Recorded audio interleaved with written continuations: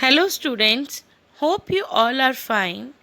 In last class, we were discussing our chapter Cooking, under which we have discussed precautions taken while cooking and reasons why we cook. So, now we are moving to our next topic, that is the basic cooking terms. This is going to help you to understand some basic terms used in home science while cooking. This is a preliminary preparation, which means various methods and techniques we follow or pre-preparations we do before starting any recipe. For example, boiling rice for fried rice or biryani. So here boiling is a pre-preparation method. Same way, there are many basic terms we should be aware of. So the first term we are going to discuss is batter. Batter is an uncooked wet mixture that can be spooned or poured as in cake, pancakes and muffins. As you can see, the mixture is poured in tin mold to make cake. Sometimes very thin batter is also used to give coating to foods before deep frying. As you can see in the picture, the bread is being dipped in besan batter to make bread pakoras.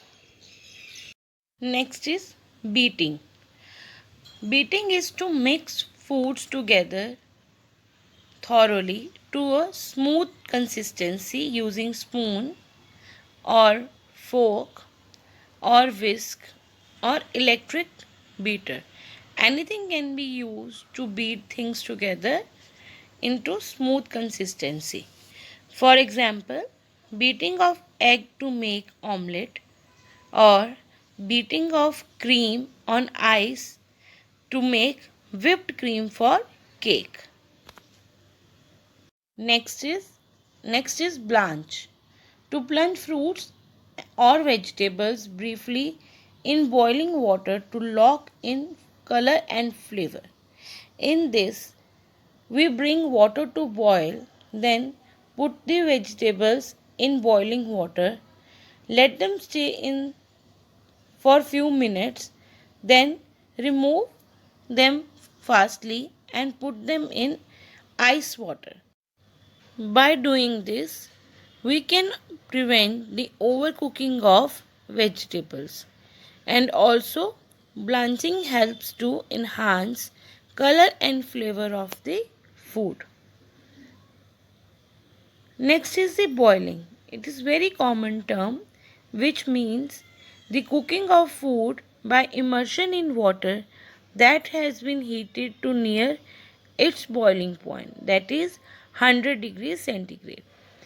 Example, boiling of eggs to make boiled eggs. That is very common thing we do at home. Next is blend. Mix a substance with another substance so that they combine together is known as blending. For example, making a fruit punch in blender. As in fruit punch, we add different fruits and blend them together. So that is blending. Next is chop. Chop is to cut solid into pieces with sharp knife or other chopping devices. For example, chopping vegetables to make sandwiches. So this is also very common term we always use in the kitchen, in which we cut the solids into small pieces. Next is the dice.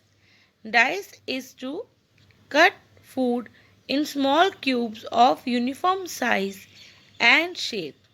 For example, cutting fruits in small cubes to make fruit salad. As you can see in the video also, a person is cutting a very equal cube pieces of apple and this is known as the dice. Next point is kneading. To make the dough by folding, pushing away, turning slightly and then repeating. We all do this for every meal. Kneading is used in making bread or pasta dough. The kneading process warms and stretches these gluten strands and eventually creating a springy and elastic dough.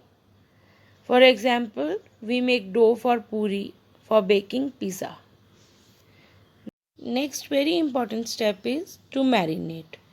To soak meat, chicken or fish or cottage cheese in a flavored liquid mixture is known as to marinate. This step is very important to enhance flavor of the dishes as marinating helps all the spices and flavors to get mixed and coated well on the food. And this step is done before roasting, grilling or frying of the food. Next is sieving. It is the process in which kitchen utensil is used to strain liquids such as boiling water or to sift dry ingredients such as flour or powdered sugar. For example, we sieve a wheat flour to knead a dough for chapatis, and moreover powdered sugar is also sieved for the cakes.